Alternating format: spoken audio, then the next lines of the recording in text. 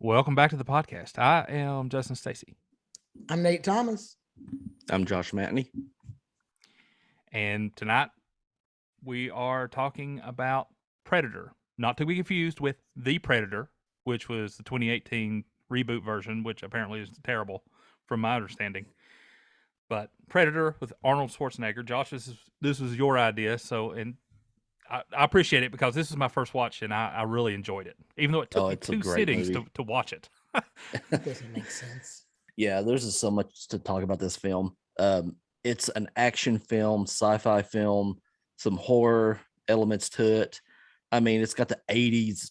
It's a very 80s film. It's a very 80s film, but it also is a fun film. Like it's not like you know what you're getting from this. Like and the writers knew what they were doing, so this was fun. Agreed. I'm 100% in agreement with Matney. Mm-hmm. And one of the things I loved about this film, I may have said this before in other films, it did not overstay its welcome. It had a great time frame. You had like a little bit of a background, like this is an alien that just got thrown in on Earth, and now hunters are being hunted. Ooh, very nice. Hunters are being hunted. That's pretty good. All right. Well, sit back, relax, put your feet up as we open a bottle of pop culture. We're gonna talk about some really cool stuff. With Josh, Nate, and I, we're gonna blow this thing up. We're gonna talk about the movies you love. And if you don't, well, that's just tough. But we're gonna talk about shows that are awesome. You'll say, whoa, when we talking about Blossom. This will be your one and only stop for everything nerdy in a bottle of pop culture. Okay, let's dive right into this. Nate, would you like to put on something a little more appropriate? Well, let me put it this way. I'm not changing my shirt, but I will show you one. Listen, I wouldn't do that to the fans, both of them. So I got this about a year ago. I hardly ever wear it, but at least I got it in the mail for some company. It is an actual Predator t-shirt. That is so cool. That is very I cool. thought it was cool. I almost wore it today, but I was going to work in the church office all day. I didn't think that would go over well. And then I also got this bandana with the Predator on it. I don't know if anybody can see that. Yep. Yeah. I thought that was cool. Apparently, I'm a Predator fan. Although I would swear that I'm just a casual fan till I looked that I actually have merch. And I looked for a Predator figure all week here or elsewhere, and I couldn't find one that I liked for the right price.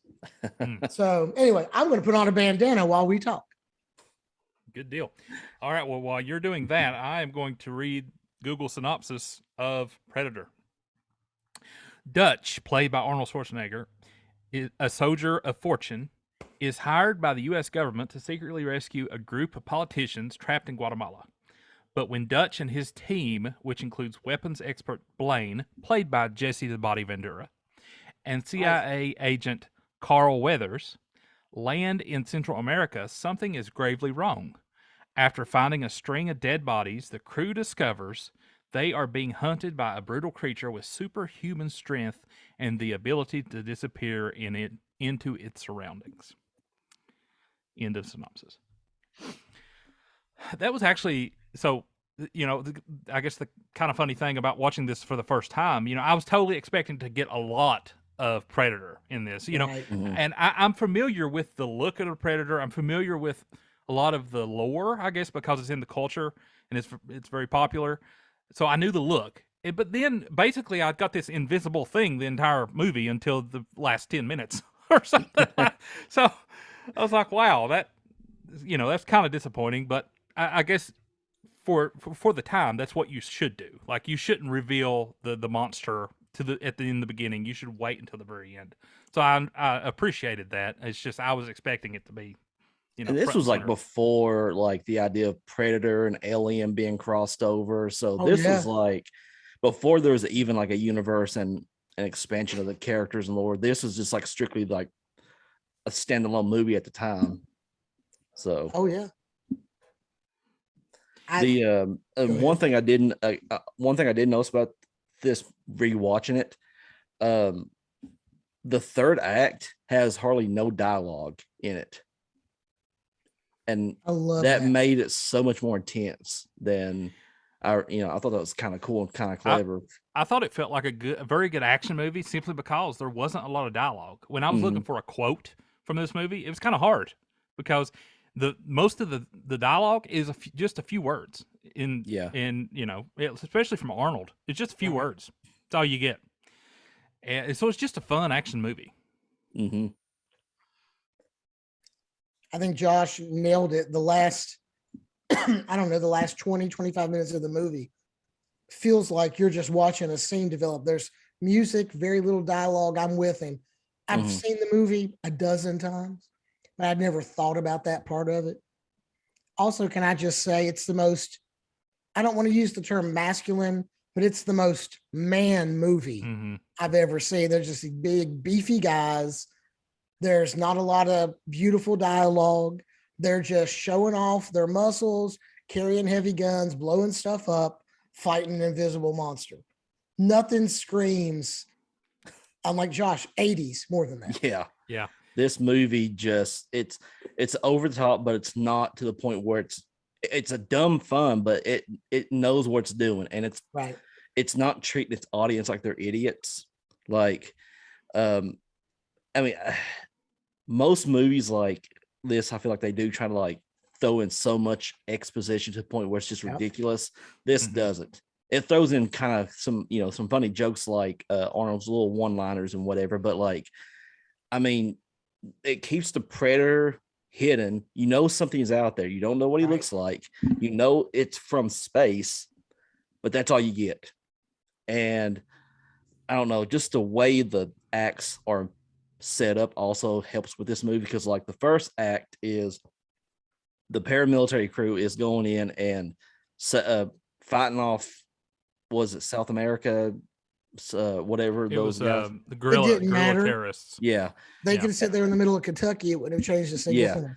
So it's like they're hunting down these people, and then the second act they're being hunted by the predator, and then third act is hunter versus hunter, which is it seems like a trope in a lot of these movies, action movies, where a group, military groups, being sent in under false pretenses. It's always a lie. The government is always going to tell you a lie, and then you get in there, and then you realize. Please.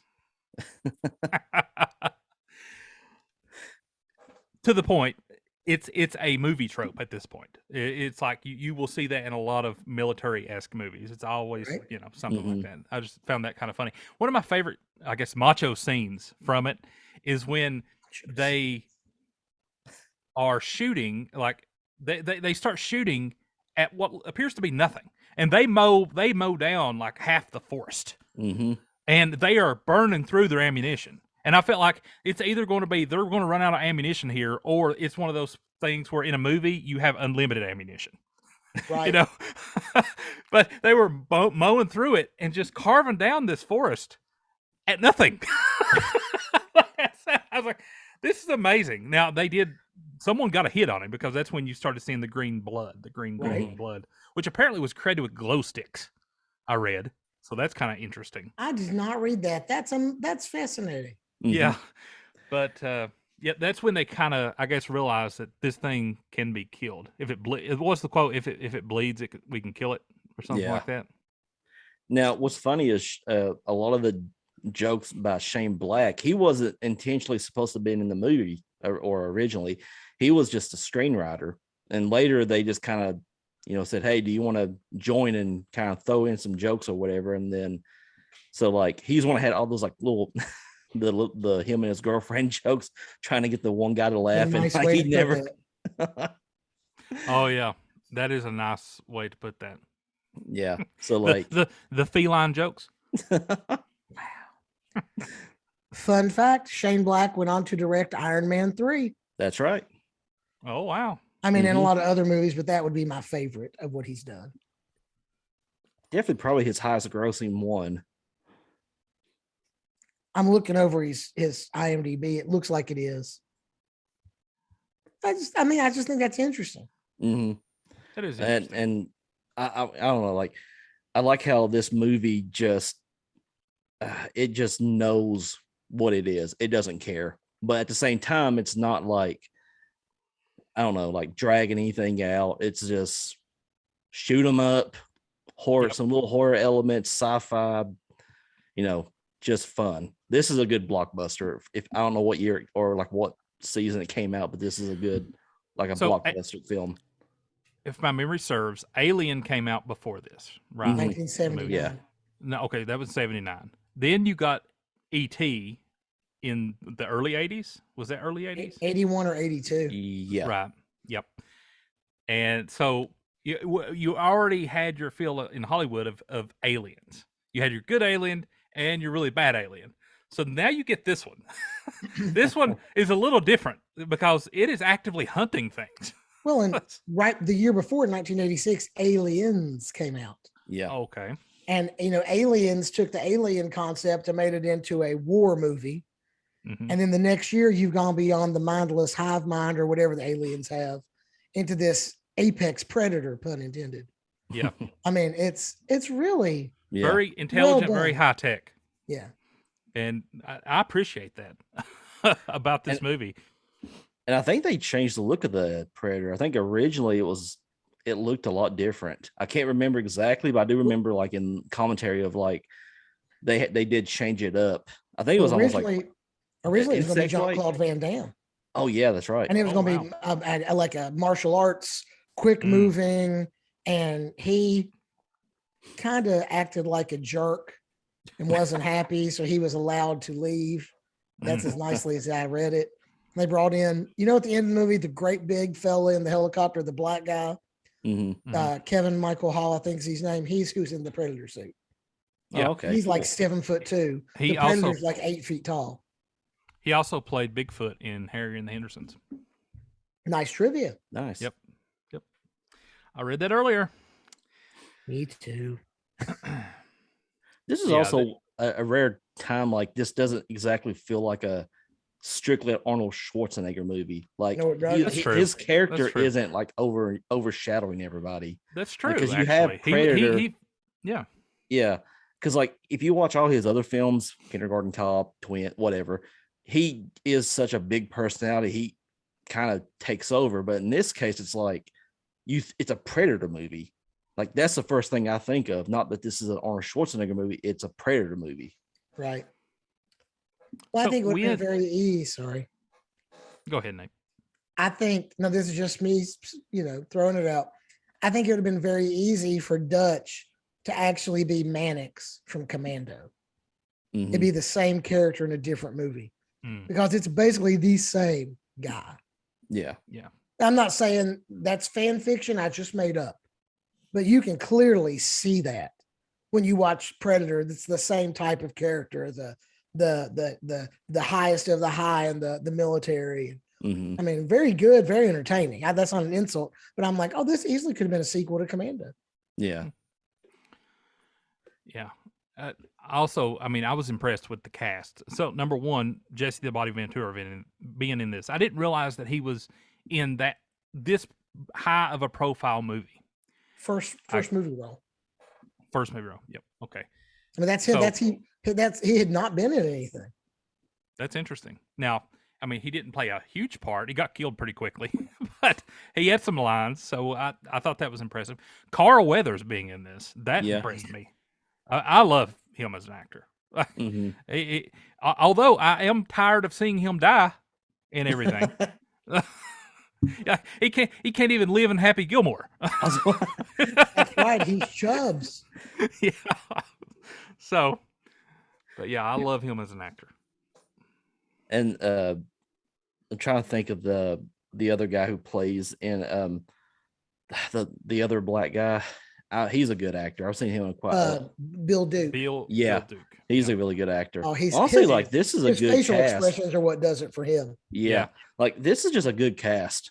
Like I don't think like like, I don't know, in some cases you can kind of like see when somebody's just a throwaway character, but in this I don't really see that with these. Maybe the one guy that kind of looks like Shane Black, his character kind of is forgettable, but like all the other ones just stand out on their This own movie terms. could not have been made 10 years later. No. The cast would have been Jeff Goldblum and a bunch of guys. And that's not a shot at Jeff Goldblum, but the movie doesn't work with a bunch of nerdy heroes. Right. It has to be the big beefy guys.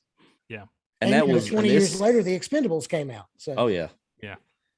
And this came out, of course, like around the time all those films are just, you know, Van Damme, Steven Seagal, just all these crazy action films. And this gives you kind of a twist. Like, it's not, it is a sci-fi action film, but it also feels like it kind of like surprises you if you didn't already know what this movie was about. Right. It starts out as a shoot 'em up action film, and then it kind of turns into this sci-fi horror thrill, you know.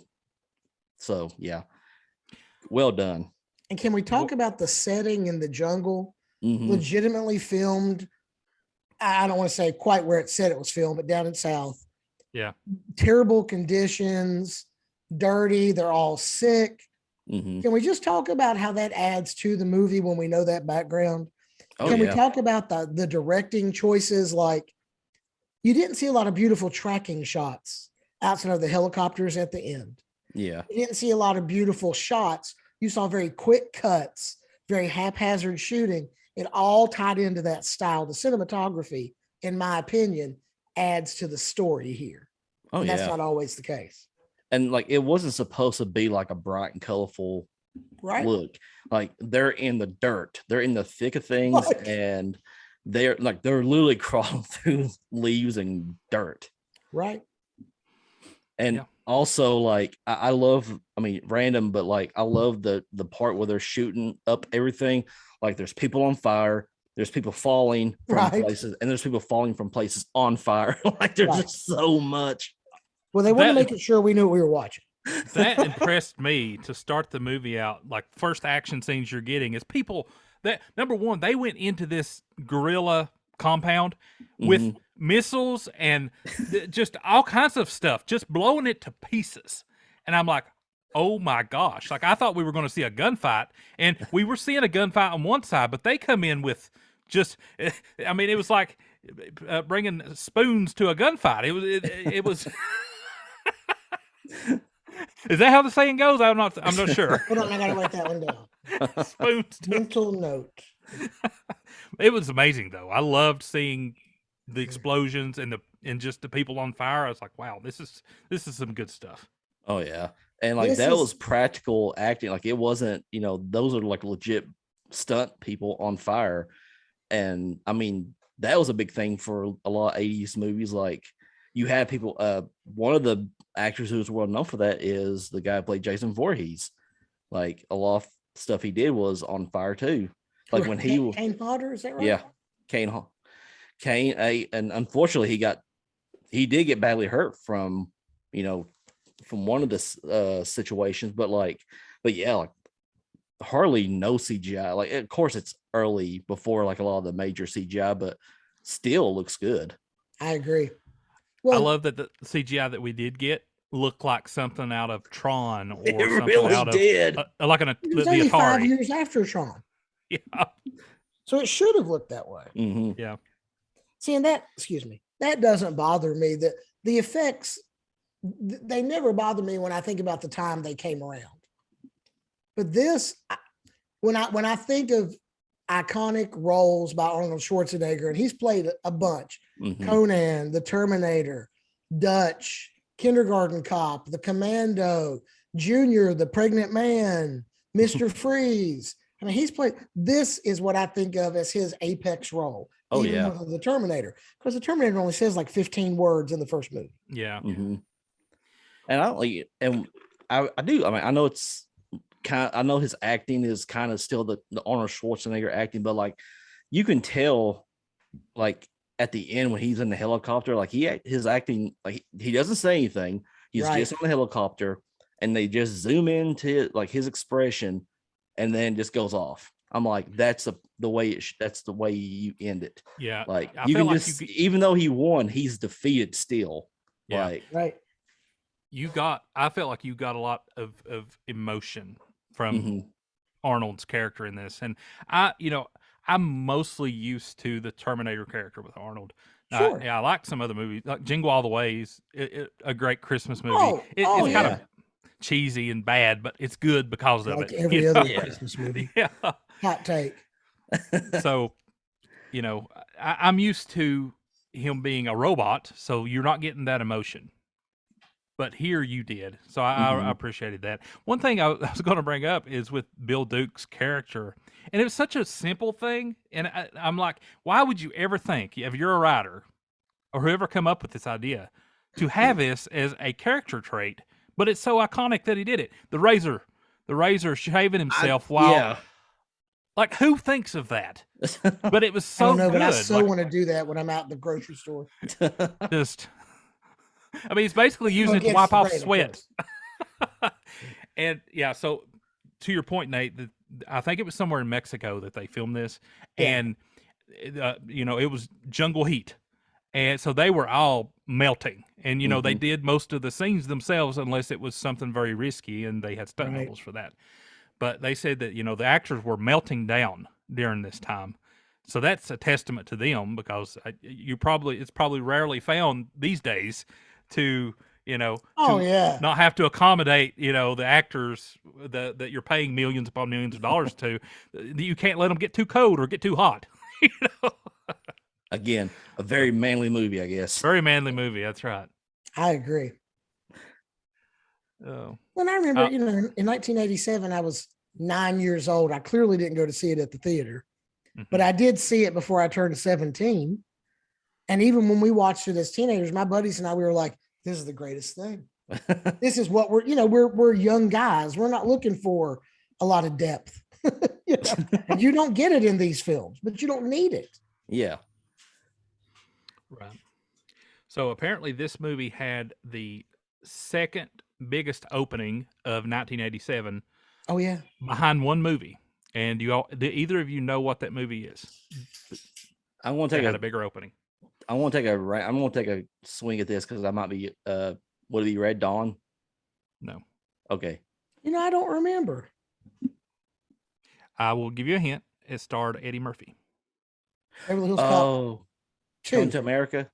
Got it. Yeah. Beverly Hills Cop 2. Because I had to think Beverly Hills Cop was earlier. Oh, I thought that Beverly Hills Cop 2. Coming to America, by the way, great movie. Yeah, it is. Very good movie. No, I thought Beverly Hills Cop was a 90s movie. I guess not. Never mind. No. The third one is. Oh, okay. That's also not very good. I mean, I'm not a fan of any of them, but the third one is not good at all. So my favorite, I guess one of my favorite scenes of this, and it's a scene that in practicality, I don't know, other than just showing how macho this movie is, there's no other reason for this scene to have ended this way. And that's the very end, the last battle between Predator and Arnold. And he basically takes his technology off. Now, maybe the idea was the technology is fried, like you can't use it anymore. But I don't know if that was the case. He just takes it off, takes his mask off and everything, and they fight. I was like, why? Other than it just being a manly thing to do, why? I like to think of it, and again, this is the Nathan take. I'm sure other people have thought of it. I like to think it as, okay, you've survived everything I've done with my weapons. I need to see if I can just beat you. Mm-hmm. It was almost a show of respect. Right. And that's the thing about the hunters, like they're trying to gain, or I guess the predators they're trying to get respect from their clan to show that they're worthy. Right. So that might be one of their little creeds they go by, if they face an enemy that seems like a match for them, let's just try hand in hand, Right. I also love that throughout the entire movie, you have, the hunted, Arnold's group, who could not see this thing at all. It was invisible, basically, the entire movie until the very end. Right. And then after everyone else is kind of killed off and or saved because they got to the chopper, get to the chopper. Arnold mistakenly, or he gets thrown into the mud basically, and so he's covered in mud, and now he's invisible, and he figures that out. So now he's invisible fighting this thing. I'm like, that's amazing. That's such a great idea. Fighting fire with fire. Clever writing for again, like a fun shoot 'em up movie, but clever writing. Agreed. It really was. This is one of those movies that, it used to come on TV a lot. If you called it on, you'd leave it on while you were doing whatever. Mm-hmm. I don't ever expect to watch this movie and be like, it's changed my life. But it's one, like other movies that we've discussed, that I think it stands up. Mm-hmm. I think, gosh, 1987 is what, 45 years ago? No, 35 years ago. 35. I'm like, wait a minute, I'm only 43. That can't be right. But it stands up. Yeah, it does. So another fun fact, the voice, not that we got much of a voice, although we did at the very end, and that was one of the things I want to bring up, is where did that voice come from? Like how that was the recording of one of the Marine or the paramilitary guys. Though, when Shane Black made the joke and what was his name, Billy, he started laughing out loud. Uh-huh. That was the Predator who he recorded that laugh. He recorded the voice. Yeah. Okay. Yeah. And so he was using it. Okay. I was wondering. I was like, how does he have a voice now? But we did get, some grumbles, some almost voices, scratchy type things. We did get something. And that was played by Peter Cullen. Yes. He is the voice of Optimus Prime and a lot of the Transformers. Mm-hmm. Nice. One of the best voice actors ever. Oh, yeah. Yes. Agreed. I can't see Optimus Prime being played by anybody else. Agreed. It's been the same, as far as I know, it's been the same voice through every iteration of everything. Yes, he's voiced it in all the big budget movies and everything. Yeah. So that's good stuff. I thoroughly enjoy this film. I mean, don't get me wrong. You can't watch this movie in 2022 and say social commentary about today. That's not how it works. No. And you're not really looking for deeper meaning, although there probably is some deeper meaning about don't think you're stronger than your environment. You don't know what's out there. This is just a fun film. It's 110 minutes long? Yeah. That's an hour and 40 minutes tops. Yeah. I feel like if this was trying to be made in like today, it would have been like a 2.5 hour movie. No question. And I would have been like, okay, wrap it up, please. Yeah. And there would have been no doubt that there was going to be a sequel. Mm-hmm. Right. And I will say, I even like this. I do like the sequel. Is he in the sequel?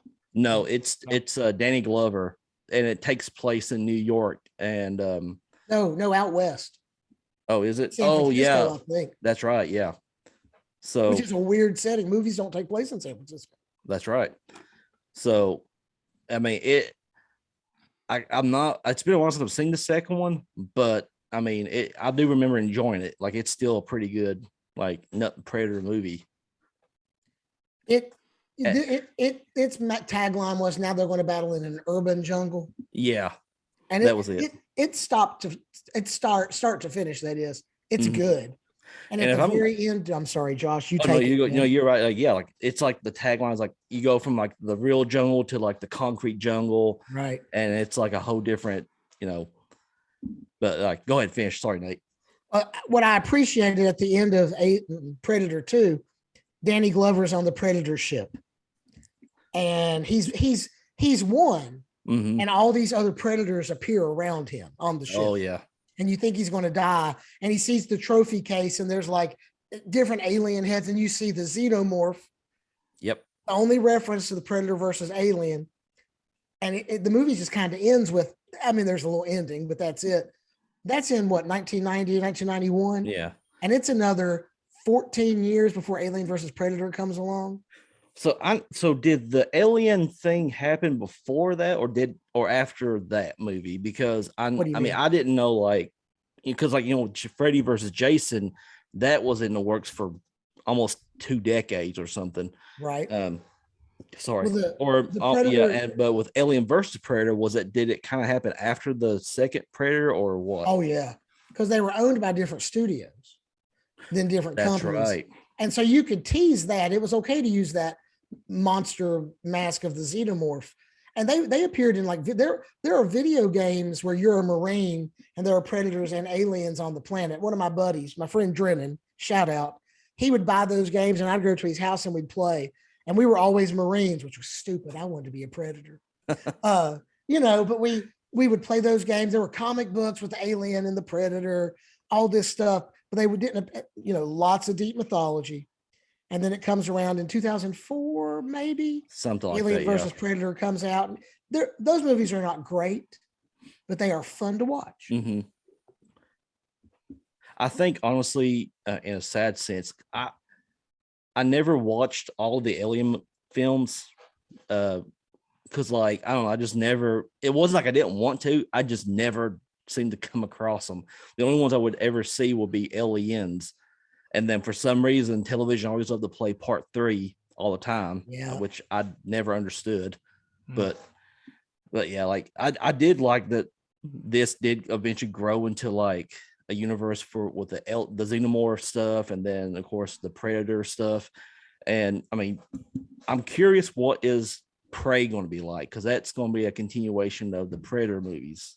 Oh, I'd forgotten that. Like they are going to go through with it, but I think it's going to be a prequel series, so not really continue. So, but originally I thought it was going to take place during the Aztec area, but I guess it's there's still a lot that they're not revealing, so you might want to take that with a grain of salt there. That could be interesting. I found a review from Roger Ebert from the Comanche Nation. Sorry, I just looked up Prey. I'm sorry. Nice. From 1987, so a review of Predator, and I'm just going to read this one tagline because I feel like it encompasses the entire movie, and that is: Predator begins like Rambo and ends like Alien. And in today's Hollywood, that's creative. Nice. That's pretty good. Really, yeah. That's because pretty good. It does. Mm-hmm. Yeah. And Alien does end that way. Sigourney Weaver alone on the Nostromo. So yeah, wow. Good stuff. The good movie. I had a lot of fun watching it. I was struggling after I watched it because I had a lot of fun, but I was like, I don't know that I have a lot to talk about meaning wise. I don't know that we can dive into anything meaning wise on the podcast. So I was thinking, I don't know that's why I come up with like all of these facts about to just some material to talk about. But it was just a lot of fun to watch. And that's the thing, movie. Like that's what I enjoyed about movies like this. Like you do have your more social comment, social aware movies, but then after a while you kind of want something like this. You just want to shut your brain off and just enjoy a blockbuster. Yeah. And and the people who wrote this knew that. They didn't try to make this pretentious in any way. So I mean, they gave you the Arnold Schwarzenegger lines, some of the dirty jokes. They gave you the blood, the people on fire, and again, like good length, good casting. Just, I mean, I don't think you can do this again. No, you can't recreate this movie now. Look at a different time. Even that, and that's not that long ago. 1987. I understand it's years back, but it's not that long. Right. That movie there is no story going into it. They didn't set up for a sequel. They killed almost the entire cast. Come on. They're clearly not fishing for sequel money. No. Yeah. Now I'm not saying they couldn't have done one with Schwarzenegger, but they didn't. So I mean, this movie was just made to be released and see what happens. Yeah. I'm not so sure that method isn't better than what we get today. Agreed. Right. I'm not saying it is or it isn't, but I'm not so sure. The Billy character. He was the Native American, I think. Right. Yeah. He, from my understanding, the original script was wrote with him being the main character. Yep. And it wasn't until Arnold got casted that they changed that. So they basically, once they got Arnold on, they were like, okay, the main character cannot be Billy anymore. So he's going to have to be a side character. So I found that kind of interesting.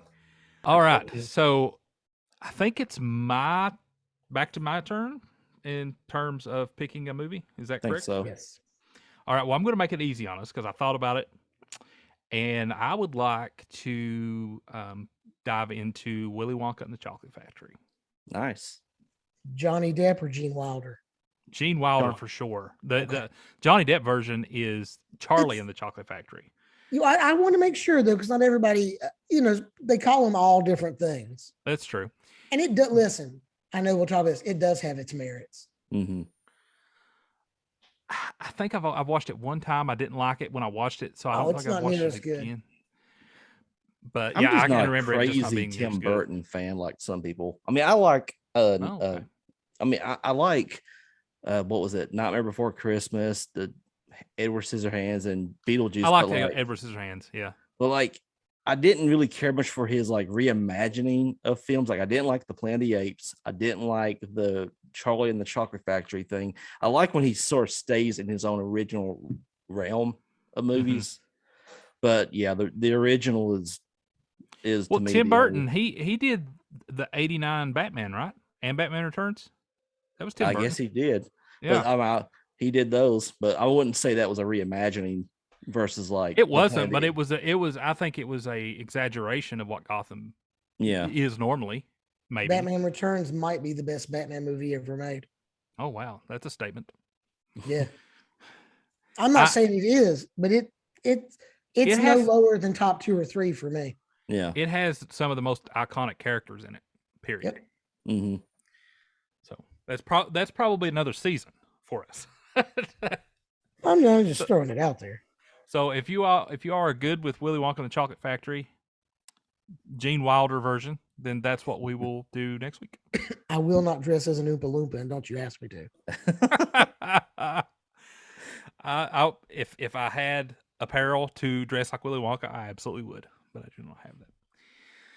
All right. So as always, to close us, I am going to give us a quote from Billy that I mentioned earlier. And this was when, he appeared to be scared, and someone come up to him and he's like, "What are you scared? Like, you're scared of no man." And he says, "There's something out there waiting for us. And it ain't no man.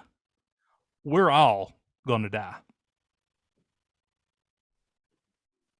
Bye, everybody.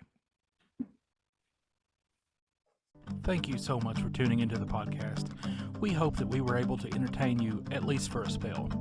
If you see value in our craziness and want to continue supporting us, please follow us on social media, subscribe to our YouTube channel, like our videos, and share our content with someone you may know. Also, let us know how we're doing. Make suggestions for the podcast. Leave us a comment. Heck, send us an email. Thanks again, and we'll see you next time on the Bottle of Pop Culture podcast.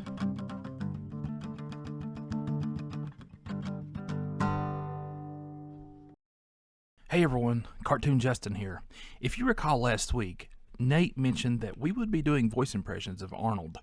Well, guess what? Real life us screwed that up. Totally forgot. So, luckily, Cartoon Us is here to save the day. I present to you Arnold impressions. Get to the chopper! In this universe, there's only one absolute. Everything freezes. I'll be back. If it bleeds, we can kill it.